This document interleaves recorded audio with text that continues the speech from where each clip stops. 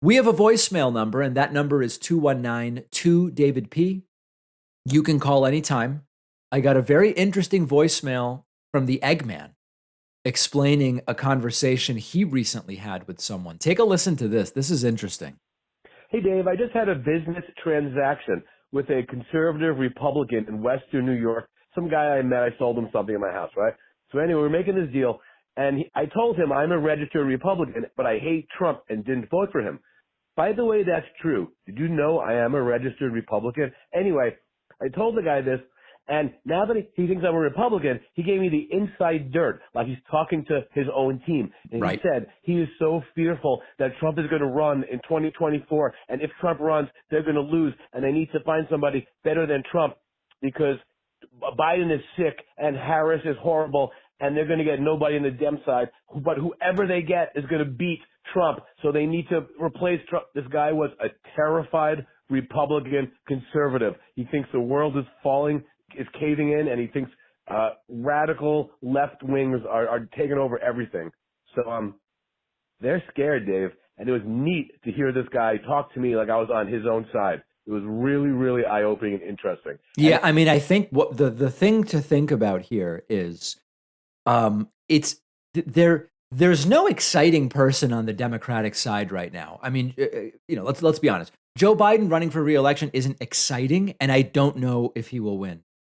Joe Biden not running and it being Kamala Harris is not exciting, and I don't know that she will win. There's not really excitement, and you guys know that I just, in general, am not super impressed with politicians anyway. They're just people at the end of the day. But there's no one that's exciting me on the Democratic side. On the Republican side, you have the deep, devoted Trump cultists who still are completely on his side.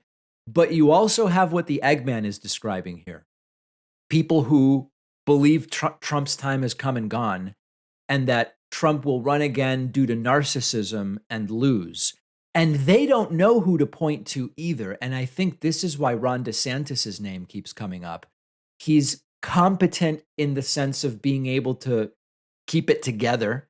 He is Trumpian in a lot of his ideology, and maybe more dangerously effective at being able to get a lot of that stuff done. But it is interesting that other than DeSantis, the people, the names you hear mentioned by the right, like more traditional Republicans, I don't think they have a chance. I think the Republican electorate has moved beyond sort of a traditional Republican at this point in time.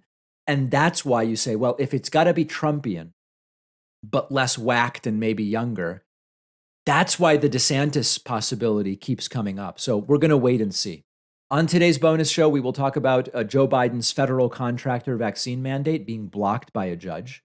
We will talk about the legalization of suicide pods in Switzerland. And we will also talk about the bill backed by progressives in Congress for a 4-day work week. What is the chance that this passes? All of those stories and more on today's bonus show. Sign up at joinpakman.com.